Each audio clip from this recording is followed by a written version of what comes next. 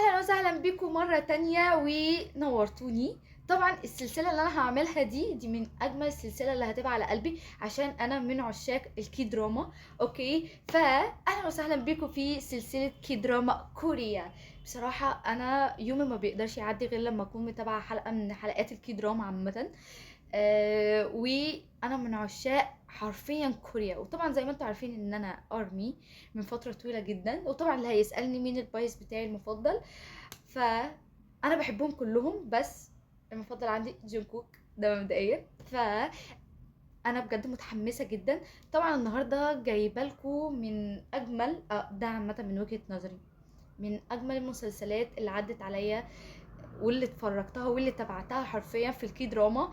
هما مسلسلين، فطبعا انا يعني مش هحرق عليكم الكي دراما نفسها، بس هديكوا لمحة بسيطة عن قد ايه بجد اللي مش هيتابع المسلسل ده بجد هو فاته حرفيا حاجات كتير جدا. فانا بجد متحمسة عشان ان انا هتكلم عن المسلسلين دول، بصراحة دول المفضلين عندي جدا. هما اتنين، فاوريدي هتعرفوا ايه هما المسلسلين في بعد كده عامة يعني. ف اتحمسوا زيي عشان انا عامة متحمسة، فانتوا لازم تتحمسوا. اوكي، ده اجباري، ده مبدئيا طالما انا متحمسة فانتوا لازم تبقوا متحمسين يعني. انا اسفة. ف بجد الكي دراما حاجة في منتهى الروعة، وانا حلمي من احلامي ان انا اسافر كوريا، وان شاء الله ان شاء الله ان شاء الله ان شاء الله عن قريب. امتى؟ بس مش عارفة، بس ان شاء الله هزورها وهروحها. فيا رب، انا واللي نفسه يسافر كوريا يعني ناس كتير جدا نفسها تسافر كوريا، فيا رب انا وانتوا نسافر ونحقق حلمنا في يوم من الايام عامة. انتوا جاهزين؟ are you ready? let's go. وجينا لأول كدراما عندنا، حرفيا دي من أكتر الكدراما اللي نزلت واتشهرت، ومن أجمل حاجة دخلت فيها سنة 2026 من الكدراما.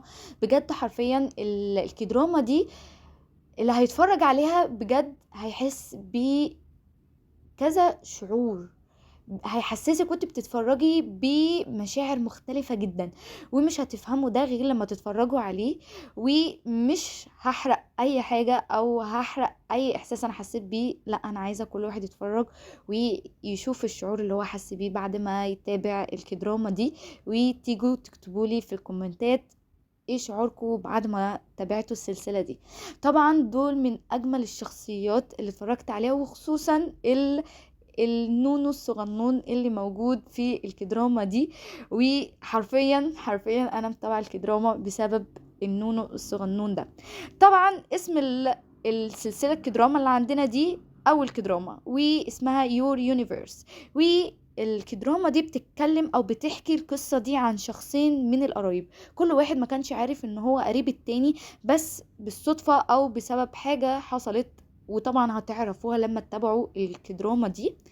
وعندنا البطلين، البطل الاولاني سونتيا، والبطلة هي هو جين، واللي بعد وفاة اخوه واخته المفاجئ بسبب حادثة حصلت، بيلاقوا نفسهم ان هم مضطرين ان هم يربوهم ابن اخوهم. يعني ابن البطل يعتبر ده ابن اخوه، والبطلة يعتبر ده ان ده ابن اختها. ف والصغنون النون ده اسمه هو جي، فان هما مجبرين او مضطرين ان هو يربوا الابن ده سوا. فالقصة دي مليانة مواقف مضحكة وصراعات بينهم بسبب اختلاف شخصياتهم، بس مع مرور الوقت ومع مرور الايام وان هما مضطرين ان هما يعيشوا تحت سقف واحد في بيت واحد، فده هيعمل مشاعر ما بين الاتنين، وكل واحد هيبقى عنده مشاعر من ناحية التاني، ومع الوقت بتتطور العلاقة بينهم للحب.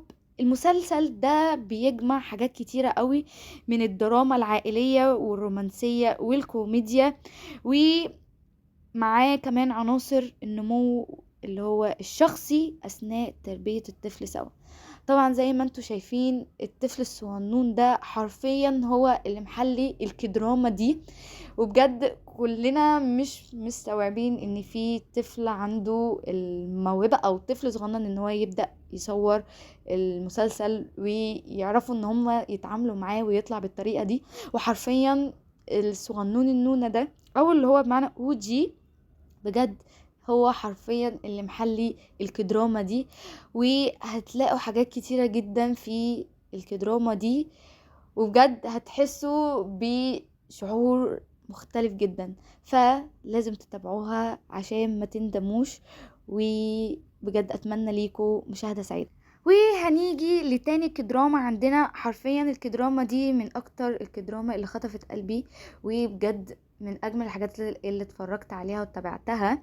فالمسلسل الكدراما ده عبارة عن دراما رومانسية بلس كوميديا.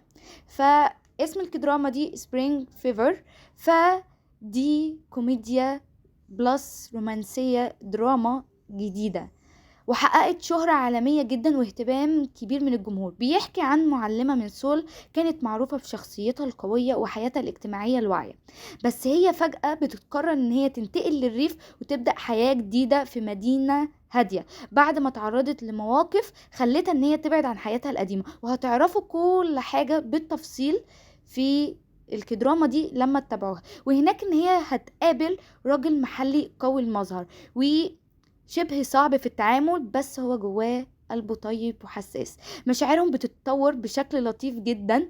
القصة أساسا عن الشفاء، إعادة بناء الذات والحب اللي بيعالج القلوب المكسورة، كلها في إطار كوميديا ورومانسية جميل وسط أجواء القرية الهادية. وصلنا لاخر حلقتنا، وطبعا زي ما وريتكم قد ايه المسلسلين دول بجد حاجه في منتهى الروعه. اسوأ حاجه ان انتوا تبقوا ساكنين في مكان فيه طريق سريع. انا اسفه على الصوت، خلينا نرجع تاني. اجي احنا كده وصلنا لاخر الحلقه، وطبعا زي ما قلت لكم على المسلسلين قد ايه هم بجد روعه، وده يعتبر نبذه صغيره جدا عن المسلسل. فاللي هيتابعه واللي هيعرف فهيكون مستنيه حاجات كتيره جدا. المسلسلين دول بجد حاجه من اجمل المسلسلات اللي انا اتفرجت عليها في سنه 2026. فمستنياكم ان انتوا تتابعوهم، ولما تتابعوهم وتتفرجوا عليهم كل واحد يقول لي رايه على المسلسلين دول. ومش هتندموا بجد، والله مش هتندموا، عشان بجد دي حاجة في منتهى الروعة. بجد وانا بتفرج عليهم احساس كل مرة احساس مختلف عن التاني. فكده وصلنا لاخر حلقتنا، وان شاء الله السلسلة مش هتقف لحد هنا.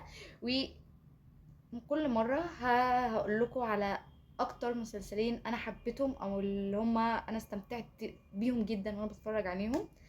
وكل مرة هقول لكم على أجمل المسلسلات اللي تبعتها عامة. وبس، وأشوفكم السلسلة أو الحلقة المرة الجاية. وباي.